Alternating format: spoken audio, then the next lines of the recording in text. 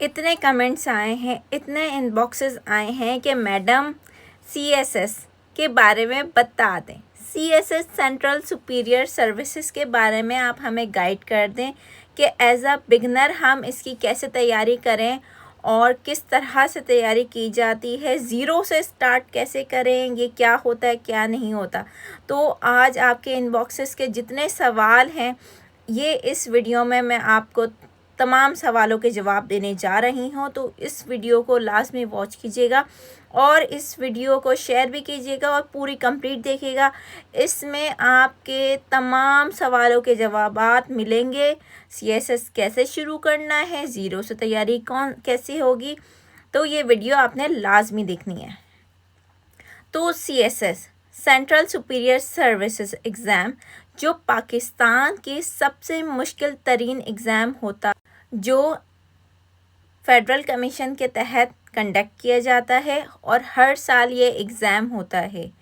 इसमें आप बैठते हैं, एग्ज़ाम पास करने के बाद आप 17 ग्रेड की जॉब स्टार्ट करते हैं, 17 ग्रेड के ऑफिसर लगते हैं और ब्यूरोक्रेसी में जाके अपनी ज़िंदगी का और करियर का सफ़र आगाज़ करते हैं। फेडरल सर्विस कमीशन के तहत ये एग्ज़ाम कंडक्ट किया जाता है और इसमें आप इम्तिहान में कामयाब होने के बाद DMG यानी Pakistan administrative service, police service, custom, informative और रेलवे और डिफरेंट डिपार्टमेंट में आप 17 ग्रेड के ओहदे पे फाइज होते हैं, मुकर्रर किए जाते हैं। उसमें आप डिफरेंट ओहदे पे फाइज होने के बाद डिफरेंट है ना, जो लीडिंग पोजीशन है गवर्नमेंट ऑफ पाकिस्तान के बड़े अहम इदारे हैं, जिस इदारे में आप अपनी सरबराही और अपनी सलाहियतें हैं उनको आप है ना बरोए कार लाते हुए इस्तेमाल करते हैं और पाकिस्तान के एक बहुत बड़े इदारों में काम करने का आपको ये मौका मिलता है। तो कायदे आज़म ने इसके बारे में फ़रमाया कि पाकिस्तान समझ लें एक इंजन है और ब्यूरोक्रेसी एक पूरी मशीनरी है। तो समझ लें जिस तरह एक कार का इंजन होता है, तो ब्यूरोक्रेसी हमारी पूरी एक मशीनरी है जो पूरे पाकिस्तान को रन कर रही होती है। तो इतना बड़ा ओहदा है, इतनी बड़ी जिम्मेदारियां हैं और उतना ही मुश्किल एग्ज़ाम है। अब आती है एग्ज़ाम की मुश्किल बातों पे। 100% में से आपकी पासिंग रेशियो है ओनली 2 और 3%, यानी हर साल आपके 50,000 से 1 लाख उम्मीदवार एक एग्ज़ाम में बैठते हैं और एक एग्ज़ाम को पास करने वाले कौन होते हैं? सिर्फ 2%, यानी सिर्फ 200 से 250 लोग हर साल इस एग्ज़ाम को पास कर पाते हैं। इतना मुश्किल ये एग्ज़ाम होता है। ये ब्रिटिश के टाइम से एग्ज़ाम स्टार्ट हुआ है कि गवर्नमेंट का आप हिस्सा बने और गवर्नमेंट को रन करें, यानी ब्रिटिश ने ये स्टार्ट किया था और ये इंडिया में भी अभी UPSC के नाम से होता है और पाकिस्तान में CSS के नाम से होता है। तो ये बहुत मुश्किल एग्ज़ाम है। तो इस एग्ज़ाम को करने के जो मरहले हैं, अब 2022 में पहले ये इजाद हुआ इनिशियल जिसे हम कहते हैं MPT, जिसमें आपको जस्ट स्क्रीनिंग टेस्ट देना होता है। स्क्रीनिंग टेस्ट आपके 200 MCQs के बेस पे होता है और स्क्रीनिंग टेस्ट पास करने के बाद आप जो हैं कंपल्सरी यानी 12 पेपर देते हैं और उसके बाद आप 12 पेपर पास कर लेते हैं। जो तीसरा मरहला होता है फिर वो आपका शुरू होता है।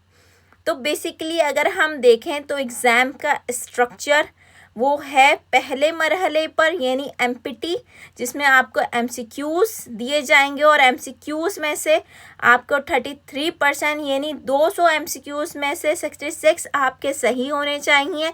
फिर आप नेक्स्ट फेज में जाएंगे, यानी जो आपका रिटन एग्ज़ाम है 12 एग्ज़ाम्स पे मुश्तमिल, यानी 12 पेपर आपने देने होते हैं। अब ये 12 जो पेपर हैं, 6 आपके कंपल्सरी हैं जो सबने करने हैं, जिसमें आपका आ जाता है पहला इंग्लिश एसे, जो सबसे मुश्किल तरीन पेपर होता है, जो पहला पेपर होता है जिसमें आपने एसे लिखना होता है। इसकी डिटेल मेरी दूसरी वीडियो में आपको मिल जाएगी कैसे लिखना है, क्या करना है, लेकिन इसमें मैं डिटेल डिस्क्लोज नहीं करूँगी। दूसरा होता है प्रेसी, तीसरा होता है आपका इस्लामियत, चौथा होता है करंट अफेयर, पांचवा होता है इंग्लिश एसे, पांचवा होता है आपका GSA यानी जनरल साइंस एंड एबिलिटी और छठा होता है आपका, मैंने कहीं गड़बड़ कर दी। पहला होता है इंग्लिश एस्से, दूसरा होता है प्रेसी, तीसरा होता है आपका करंट अफेयर, चौथा होता है पाकिस्तान अफेयर, पांचवा होता है जीएसए और छठा होता है इस्लामियत। ये 6 पेपर हर एस्पायरेंट को देने होते हैं। उसके बाद आपका आ जाता है ऑप्शनल, यानी 6 पेपर आपके ऑप्शनल होते हैं जो हर कैंडिडेट अपने बैकग्राउंड के हिसाब से, अपने स्किल के हिसाब से चूज़ कर रहा होता है, जिसमें आपके साइंस के भी सब्जेक्ट होते हैं, कुछ आपके सोशल साइंस के भी सब्जेक्ट्स होते हैं, कुछ इस्लामियात होता है, उर्दू होता है, लैंग्वेज के सब्जेक्ट्स होते हैं। तो ये होता है थोड़ा सा कि आप उसमें से अपने इंटरेस्ट के हिसाब से, अपने बैकग्राउंड के हिसाब से चूज़ कर सकते हैं। उसके बाद आप जब रिटन एग्ज़ाम पास कर लेते हैं तो आपको एक मेडिकल टेस्ट देना पड़ता है, जो बेसिक आपका हेल्थ चेक होता है कि आप भाई फिट हैं या नहीं है, ये चेक करना होता है, बस आपके बेसिक हेल्थ होता है। फिर उसके बाद हमारा जो है पास करने के बाद एक मेडिकल चेकअप होता है, उसके बाद एक साइकोलॉजिकल टेस्ट होता है, जो आपको बेसिक सिचुएशंस साइकोलॉजिस्ट टेस्ट कर रही होती हैं, जो बेसिक आपको सिचुएशंस देते हैं कि आप परेशानी में, प्रेशर की हालत में आप किस तरह टैकल करेंगे, तो आपको जैसा आपका माइंडसेट चेक कर रहे होते हैं। फिर उसके बाद एक होता है फाइनल स्टेज वाइवा वॉइस, यानी वो इंटरव्यू होता है, पैनलिस्ट बैठे हुए होते हैं जो हमारे रिटायर होते हैं, कुछ हमारे ऑन जॉब होते हैं, जो हमारे चेयरमैन होते हैं, चेयरपर्सन होते हैं, वो आपका इंटरव्यू ले रहे होते हैं, वर्बली आपका इंटरव्यू हो रहा होता है। तो ये 4 मरहले आपने पास करने के बाद आप कहीं जाके CSP यानी ऑफिसर बनते हैं। पहला MPT जिसमें स्क्रीनिंग होती है, उसके बाद जो सबसे मुश्किल 12 पेपर होते हैं, उसके बाद आपका मेडिकल, साइकोलॉजिकल और फाइनल इंटरव्यू। इंटरव्यू में ही ये तमाम चीज़ें आ जाती हैं, आपकी मेडिकल और साइकोलॉजिकल और आपका पैनलिस्ट। ये आप चीज़ें कर लेते हैं तो आप एक ऑफिसर बन, हाँ जी भैया, आप ऑफिसर बन गए, ब्यूरोक्रेसी में आ गए आप। आपके यहाँ पे ना पुलिस ऑफिसर हैं तो यहाँ पे स्टार लग गए, PSP है तो असिस्टेंट कमिश्नर का ओहदा बन गया, डाला मिल गया, और ख़ानदान में, दोस्तों में, अहबाब में आपने ना बड़े चौड़े होके कह दिया, ओ भाई मैं तो CSS पास हूँ, मैंने तो CSS पास कर लिया है और अब मेरी लाइफ सेट है और मुझे ना जॉब की टेंशन नहीं है, जॉब मेरी कोई नहीं ले सकता, अच्छी पोस्ट है, अच्छा रोब है, अच्छी रिश्ते आ रहे हैं, अच्छी एक प्रोफाइल आपकी बन जाती है, ख़ानदान वाले, रिश्तेदार, दोस्त अहबाब सब इज़्ज़त करते हैं कि भाई इसे बना के रखो, ये तो भाई ऑफिसर वड्डा लगा हुआ है, कोई ना कोई काम आएगा। तो ये चीज़ें आपकी हो जाती हैं शुरू। तो CSS करने के बाद आप बन गए हैं ऑफिसर, तो आपका अब माइंड तो बन गया होगा कि हाँ यार ये तो बहुत अच्छी चीज़ है, अब मैं भी करता हूँ या करती हूँ। तो अब ये करें कैसे, इसकी करने की रिक्वायरमेंट है क्या, ये क्या कोई एग्ज़ाम है या कोई हमारी BA BCom या BS की एजुकेशन है कि हमने बस सोचा, एडमिशन लिया, पास कर लिया? नहीं, ये कॉम्पिटिटिव एग्ज़ाम है, यानी मुकाबले का इम्तिहान। इसके लिए सबसे पहले आपके पास नेशनैलिटी होनी चाहिए पाकिस्तान की, यानी आप पाकिस्तानी होने चाहिए, आपकी 14 साल की तालीम हो और कम से कम 45 मार्क्स हों, यानी आपकी CGPA 2.5 से कम ना हो, और आपकी उम्र 21 से 30 साल की हो। 30 साल वालों से ज़्यादा वाले को हम मौका नहीं देते। अगर वो 30 साल से ऊपर है लेकिन गवर्नमेंट का मुलाजिम है तो उसे 2 साल का एज रिलैक्सेशन दिया जाता है, और इसमें डिसेबिलिटी कोटा भी होता है। और आप इसके बारे में और मज़ीद डिटेल में कि इसका कोटा क्या है, वुमेंस का कोटा क्या है, इसके बारे में आप मज़ीद और डिटेल में रिसर्च करना चाहते हैं, आप FCPS की साइट पे जाके आप मज़ीद और रिसर्च कर सकते हैं और गूगल कर सकते हैं। अब आपने अपने बारे में देख लिया कि आपकी रिक्वायरमेंट पे आप पूरा उतरते हैं, ठीक है, और आपने पक्का इरादा बना लिया है कि आपने CSS करना है और आपकी रिक्वायरमेंट तमाम पूरी होती है, और आप अभी 3rd year, 2nd year, inter या यूनिवर्सिटी स्टूडेंट हैं जो अनकरीब पास आउट होने वाले हैं, और आप चाहते हैं कि मैं पास होते ही या अभी ही मैं है ना CSS की तैयारी स्टार्ट कर दूं, ताकि मैं डिग्री हाथ में हो और मैं फ़ौरन है ना एग्ज़ाम में अपेयर हो जाऊं। तो आप क्या करें, लाइक किस तरह से ज़ीरो से तैयारी स्टार्ट करें और क्या चीज़ें इंपॉर्टेंट हैं जो आपको CSS की जर्नी में हेल्प आउट करेंगी, और क्या चीज़ें ऐसी हैं जो आप ना करें जिससे आपकी CSS जर्नी में नुकसान होगा, वो इस वीडियो में और इस पार्ट में मैं आपको बता रही हूँ। कि अगर आप यूनिवर्सिटी स्टूडेंट हैं या फिर आप जॉब के साथ साथ CSS करना चाहते हैं और आपको कुछ नहीं पता, ज़ीरो से स्टार्ट कर रहे हैं, तो आपको क्या करना चाहिए। तो भाई सबसे पहले जैसा कि मैंने आपको बताया, MPT आपने एग्ज़ाम क्लियर किया MCQs बेस। उसके बाद जो मेन आपकी चीज़ होती है 12 पेपर जो आपने CSS के देने हैं, जो सबसे मुश्किल होते हैं। इसके बारे में ये भी कहा जाता है कि CSS के 12 एग्ज़ाम्स के जो 12 पेपर हैं वो 3 मास्टर डिग्रियों के बराबर हैं, यानी आपने इतना पढ़ना पड़ता है। CSS जस्ट रट्टाफिकेशन नहीं है कि आपने किताबें रटी, टॉपिक्स रटे और हो गया। CSS में आपकी एक ओशन ऑफ नॉलेज होनी चाहिए।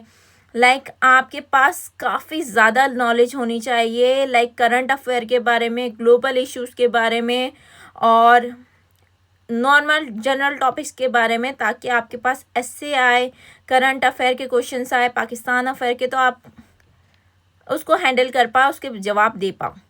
तो ये कैसे होगा, हमें तो कुछ नहीं आता, मुझे भी कुछ नहीं आता था, जो बनते हैं CSP उनको भी कुछ नहीं आता था।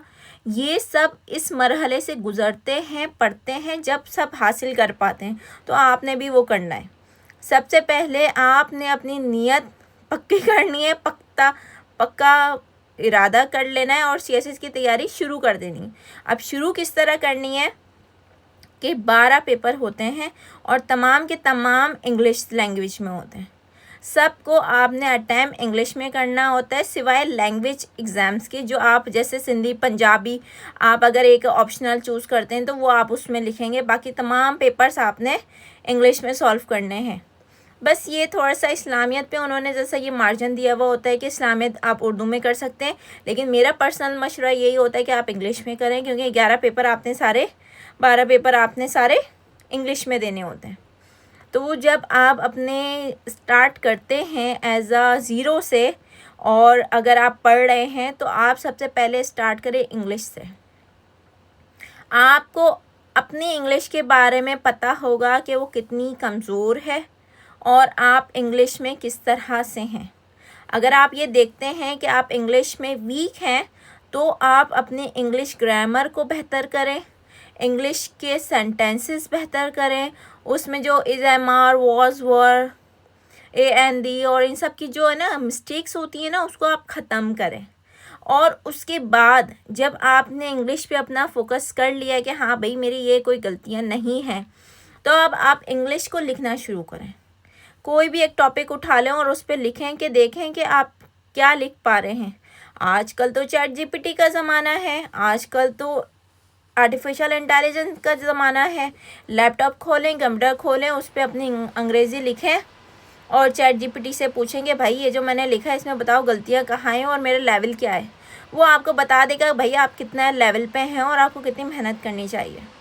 जब आपने ये तमाम चीज़ें देख ली, तो आपने सबसे पहले ज्वाइन करना है किसी अच्छे टीचर को जो पर्सनली मेंटोर हो, जो आपको इंग्लिश एस्से और प्रेसी के लिए तैयार करे।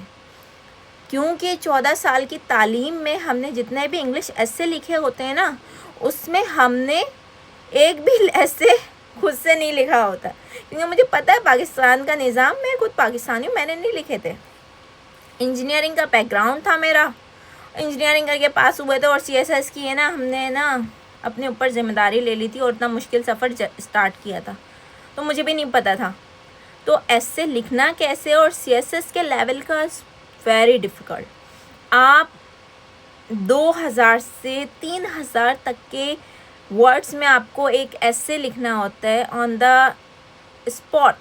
एग्ज़ाम का प्रेशर होता है, 3 घंटे होते हैं, अगर अजीब सा टॉपिक आ जाता है और उसको आपने लिखना होता है। ये नहीं लिखना होता कि इम्पोर्टेंस ऑफ एजुकेशन क्या है, बड़ा मुश्किल से उन्होंने घुमा के दिया हुआ होता है। तो आप जब देखते हैं कि यार इतना मुश्किल है, तो कैसे करेंगे? बिना किसी मेंटोर की, बिना किसी टीचर की गाइडेंस के। तो आप सबसे पहले ये करें, ठीक है, इंग्लिश पे फोकस करें, फिर किसी मेंटोर को करें। मैं ये कभी नहीं कहती कि आप किसी एकेडमी को ज्वाइन करें, एकेडमी वाले बहुत पैसे लेते हैं। एक पाकिस्तानी के लिए, एक एवरेज स्टूडेंट के लिए, मिडिल क्लास के लिए इतना स्पेंड करना पॉसिबल नहीं होता। तो आप सिर्फ इंग्लिश के लिए मेंटोर करें और बाकी आपने सिलेबस उठाना है। गूगल पे आप लिखेंगे CSS सिलेबस PDF, तो आपको गूगल पूरा PDF दे देगा। आपने सबसे पहले जो है अपनी इंग्लिश बेहतर करते हुए एस्से को चूज़ करते हुए उसकी तैयारी स्टार्ट करनी है, और उसके बाद आपने कंपलसरी सब्जेक्ट पे जाना है। कंपलसरी सब्जेक्ट में आपके current affair, Pakistan affair, GSA और आपका इस्लामियत है। जब आप सिलेबस देखते हैं तो आपको बेसिक एक गाइडलाइन मिल जाती है कि भाई ये टॉपिक्स हैं। फिर सिलेबस के हिसाब से आप है ना, फिर उसके है ना पास पेपर उठा लेते हैं कि अभी 2025 चल रहा है तो 24 के पास पेपर क्या हैं, 23 के क्या, 22 के, 21 के, 20 के, 5 साल के आप पेपर देख लेते हैं ना पास पेपर। तो एक सब्जेक्ट की आपको समझ आ जाती है कि भाई ये टॉपिक से ये सवाल बनता है, थोड़ा सा नो हाउ हो जाते, ओवरव्यू हो जाता है। फिर उस ओवरव्यू को देखते हुए आप अपने है ना सब्जेक्ट को प्रिपेयर करना शुरू कर देते हैं। मैंने बहुत सारे एस्पायरेंट के इनबॉक्स देखेंगे, वो पूछ रहे हैं भाई अभी हम तैयारी स्टार्ट करें, ऑप्शनल कौन सा लें। अरे भाई अभी आप तैयारी स्टार्ट की है, अभी ऑप्शनल कहाँ से आ गया? आपने क्या अभी तक कंपलसरी स्टार्ट की है? कंपलसरी का आपको पता नहीं अलिफ बे पे, और आप ऑप्शनल पे जा रहे हैं। ऑप्शनल पे तो जब जाए ना, जब आपका कुछ हो जाए, आपको कुछ समझ आ जाए। आप पहले ये तो देख लें, अपने आप को जज कर लें, आप CSS के लिए बने भी हैं या नहीं बने। क्योंकि मैं किसी और की बात नहीं करती, मैं अपना बताती हूँ। मैंने जब जर्नी स्टार्ट किया था तो मैंने ऑप्शनल चूज़ कर लिए थे। मैंने IR, इंटरनेशनल लॉ, साइकोलॉजी और USA हिस्ट्री चूज़ कर लिया था। लेकिन फिर क्या हुआ, जब मैंने उसे पढ़ा तो मुझे IR की थ्योरीज ही इतनी समझ नहीं आ रही, मैं उसे रिलेट ही नहीं कर पा रही। इंटरनेशनल लॉ के लॉ इतने मुश्किल थे, और USA की हिस्ट्री, उनके अंग्रेज़ों के नाम, उनकी डेट्स मुझे तो याद ही नहीं हो रही थी। साइकोलॉजी का पहले जो सब्जेक्ट साइकोलॉजी का होता था वो 200 मार्क्स का होता था, अब उन्होंने 100 मार्क्स का कर दिया, सिलेबस उतना का उतना ही। फिर मैंने अपने ऑप्शनल चेंज किए। ये काम मुझे पहले नहीं करना चाहिए था सिलेक्शन का। पहले मुझे थोड़ा सा उसके बारे में ओवरव्यू करना चाहिए था, उसके पास पेपर पढ़ती, थोड़ा सा गाइडलाइंस लेती। मैंने बस चूज़ की और ले लिए बेवकूफ़ी की, मेरी किताबें भी ज़ाया, मेरा टाइम भी ज़ाया। तो आपने ये गलती नहीं करनी है। आपने कंपलसरी सब्जेक्ट को पहले तैयार करना है, फिर ऑप्शनल की तरफ जाना है, लोगों से पूछ के गाइडेंस लेके। अगर आपको समझ नहीं आ रहा, आप मुझसे पूछ सकते हैं, मैंने अपने टीचर से, मेंटोर से। लेकिन पहले आप अपने कंपलसरी तैयार करें। सबसे पहले आप एस्से अपना तैयार करें, जो मुश्किल है। करंट अफेयर और पाकिस्तान अफेयर के लिए आप ये कर सकते हैं कि आप डॉन पढ़ना शुरू करें। डॉन तो अभी करंट हालात पे चल रहा है ना, जैसे अगर फॉर एग्जांपल पाकिस्तान और इंडिया के हालात हैं, अच्छे नहीं हैं, साजगार नहीं है, कोई हम में ट्रेड नहीं हो रही है, हम में रिलेशनशिप अच्छे नहीं है। लेकिन अगर इसका आ जाता है सवाल कि what are the future goal set for Pakistan and India relation, कि क्या फ्यूचर गोल सेट होने चाहिए हमारी फॉरेन पॉलिसी में, ठीक है ना। तो ये हमें कैसे पता चलेगा? अभी जो हमारे हालात हैं वो तो करंट है। ये जब हम फॉरेन पॉलिसी के गोल्स हम फ्यूचर के सेट कर रहे हैं, करंट अफेयर में बताओ या पाकिस्तान अफेयर में सवाल आ गया, तो ये जब होगा ना, जब हम उसके पास के रिलेशन देखेंगे। पास के रिलेशन हमें देखने के लिए हमें कोई बुक पढ़नी चाहिए। मलिहा लोधी की बुक है पाकिस्तान बियॉन्ड क्राइसिस, और एक और बुक है पाकिस्तान इन अ वर्ल्ड डिसऑर्डर। ये वाली बुक भी अच्छी है, आप उसमें पढ़ें पाकिस्तान और इंडिया के हालात, उनके रिलेशंस कैसे हैं। बाकी आप पाकिस्तान एंड इंडिया के रिलेशनशिप पे PDF रिसर्च पेपर पढ़ सकते हैं। उसमें आपको बहुत अच्छा मवाद मिल जाता है, बहुत अच्छी नॉलेज मिल जाती है, जो फ्री है। गूगल पे हर चीज़ फ्री है, बस आप ढूंढें और गूगल करें हर चीज़। आपने रिसर्च पेपर में तमाम चीज़ें देख ली। इसी तरह से पाकिस्तान के चैलेंजेस क्या हैं, पाकिस्तान की हिस्ट्री क्या है, क्योंकि पाकिस्तान और करंट अफेयर के टॉपिक्स एक जैसे मिलते जुलते हैं। तो ये तमाम टॉपिक्स आप जो सिलेबस के अकॉर्डिंगली आप है ना इसे प्रिपेयर करेंगे, कहाँ से? गूगल से। तमाम चीज़ें गूगल में मौजूद हैं। अगर नहीं मौजूद तो आप मुझसे पूछ सकते हैं। मेरे पास कुछ बुक्स और तमाम चीज़ें PDF में हैं जो मैं ड्राइव की फॉर्म में अपने यूट्यूब चैनल पर डिस्क्रिप्शन में लिंक शेयर कर दूँगी। आप मुझसे पूछ सकते हैं, कमेंट भी कर सकते हैं, मैं इंशाल्लाह शेयर कर दूँगी, तो उसके लिए आप परेशान नहीं हो। बाकी बात रही आपकी GSA की, जनरल साइंस एंड एबिलिटी, उसके लिए भी बहुत आसान है। टॉपिक्स आपको दिए हुए हैं, आप उसे गूगल पे लिखें। गूगल पे आप लिख दें जैसे ओशंस, सन, मून, PPT, यानी सन और मून इन सब की तमाम की PPT आ जाएगी। आप वो देखते जाएं, नोट्स बनाते जाएं। एस्पायरेंट का सबसे बड़ा सवाल ये होता है, परेशानी होती है नोट्स मेकिंग, कि हम नोट्स कैसे बनाएं। मैडम आप अपने नोट्स हमें शेयर कर दें। तो मैडम मैंने जो नोट्स बनाए हैं वो अपने बनाए हैं। मैंने पूरे पैराग्राफ को, रिसर्च पेपर्स को पढ़ के उसका जो जिस्ट है, यानी उसके जो मेन पॉइंट्स हैं वो नोट करके नोट्स बनाए। तो वो मुझे पता है कि मैंने क्या नोट किया, और वो मेरे पास पूरा जो रिसर्च पेपर है ना वो मेरे दिमाग में, लेकिन उसके मेन पॉइंट्स जो है वो मेरे नोट्स में। लेकिन आप मेरे नोट्स से फ़ायदा थोड़ी उठा सकते हैं, क्योंकि आपने वो रिसर्च पेपर्स, वो बुक्स ही नहीं पढ़ी। आपने नोट्स किसी के नहीं लेने, आपने अपने रिसर्च पेपर पढ़ के, बुक्स पढ़ के अपने नोट्स खुद बनाने हैं। क्योंकि जब तक आप पढ़ेंगे नहीं आपको नॉलेज थोड़ी आएगा। बिना नॉलेज के CSS थोड़ी होता है। तो ये आपने मेहनत करनी है, आपने अपने नोट्स खुद बनाने हैं। और आई नो इसमें टाइम लगता है, जब भी तो आपको इतना बड़ा फल मिलता है। ऐसे कोई थोड़ी ब्यूरोक्रेट बन के आप खड़े हो जाते हैं। आप जब मेहनत करते हैं तो आपको आपकी मेहनत का फल भी मिलता है। और ये जो ओशन ऑफ नॉलेज है ना, ये ऐसे किसी को नहीं मिल जाती है। आपको कतरा कतरा इसे पानी की तरह, घूंट की तरह पीना पड़ता है। बहुत मुश्किल है, बहुत लेंदी है, बहुत टाइम टेकिंग है, लेकिन तमाम चीज़ें हो जाती हैं। वो कैसे? प्लानिंग से। आप अपना हर एक दिन प्लान करें। लाइक 6 सब्जेक्ट्स हैं आपके, 6 पेपर्स हैं, इसको आप 3 महीने में करें। आपने इंग्लिश एसे और प्रेसी के लिए किसी को ज्वाइन करना है, जिसके लिए आप 2 से 3 महीने उसे दें। उसके साथ साथ एक सब्जेक्ट उठा लें। सबसे पहले आप उठा लें इस्लामियत। इस्लामियत में आपकी सिर्फ 15 टॉपिक्स हैं, 10 से 15 टॉपिक्स हैं जो इम्पोर्टेंट हैं। आपने उन टॉपिक्स को 15 दिन में, 10 दिन में कंप्लीट करना है। रोज़ाना एक टॉपिक करें, ठीक है। उसके अलावा वो ये 15 दिन में आपका इस्लाम का पोर्शन हो जाएगा। इंग्लिश एसे और प्रेसी की क्लासेस आप चलाते रहें साथ साथ। उसके साथ एक है ना इस्लामिक का कर लें आप टॉपिक, इस्लामिक का सब्जेक्ट आप उठा लें। 15 दिन में ये करें। फिर 15 दिनों में आप करें GSA, general science and ability.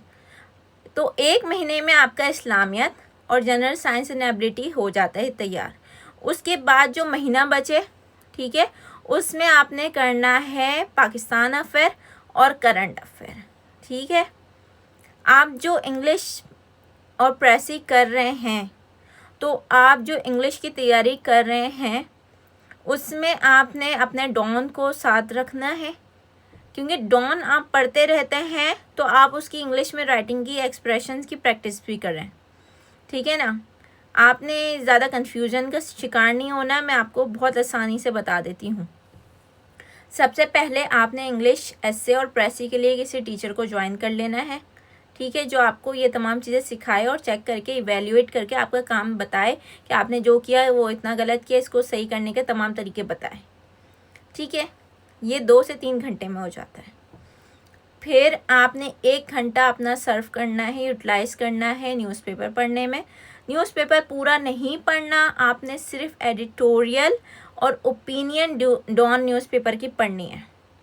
1 घंटा आपने उसमें लगाना है और 1 घंटा आप प्रैक्टिस में लगाएं। उन्हीं डॉन को और न्यूज़पेपर को आप अपने ना ओन वर्डिंग्स में आप लिखते जाएं, ठीक है, ताकि आपको पता चले जो आपने पढ़ा है उसको आप कैसे रिप्रोड्यूस कर पा रहे हैं। ये आपकी इंग्लिश प्रैक्टिस हो गई। 4 घंटे ये हो गए। फिर 2 घंटे आपने एक सब्जेक्ट को देना है। 15 दिन आप इस्लामियत को दो, फिर 15 दिन आप अपने GSA को दें। 6 घंटे ये हो गए। अब फिर 2 घंटे जो आपका जो मेंटोर प्रेसी और इंग्लिश एसे वाला देगा, उसमें 2 घंटे आपने है ना उनके टास्क को कंप्लीट करने में दें। वो पढ़ने का दें, टास्क दें, ऐसे आउटलाइन ऐसे लिखने दें, प्रेसी सॉल्व करने दें, वो आप 2 घंटे करें। 8 घंटे जिस बच्चे ने पढ़ लिया उसका CSS हो गया। ज़्यादा नहीं पढ़ना पड़ता, 24-24 घंटे नहीं देने पड़ते, कंसिस्टेंट होके सिर्फ दिन की 8 घंटे आप पढ़ लें, आपका CSS हो जाएगा। नहीं होगा तो आप मेहनत नहीं कर रहे, आप नालायक निकम्मे हैं, हो जाता है। लेकिन ये है कि कुछ हमारे सिस्टम में लूप होल्स हैं जो एक मेहनती एस्पायरेंट को हमेशा पीछे कर देते हैं।